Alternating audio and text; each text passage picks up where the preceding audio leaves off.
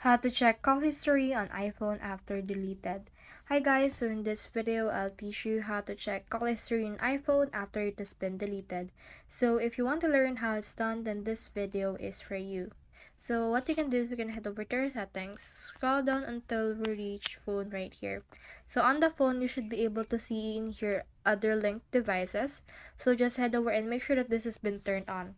That is because if this is turned on, you should be able to see the deleted call logs after it has been deleted on the other devices. So once you have done that and it still doesn't get what you need, then head over to your browser and then check your wireless usage. So you can just download your wireless usage right here and then sign in if asked. So this is only applicable on network provider that allows this. So if your network provider doesn't allow this, then you should not be able to get this. So that's the whole process. I hope this video helped you to check call history on iPhone after deleted. If you have comments, comment them down below and we'll try our best to answer them. Thanks.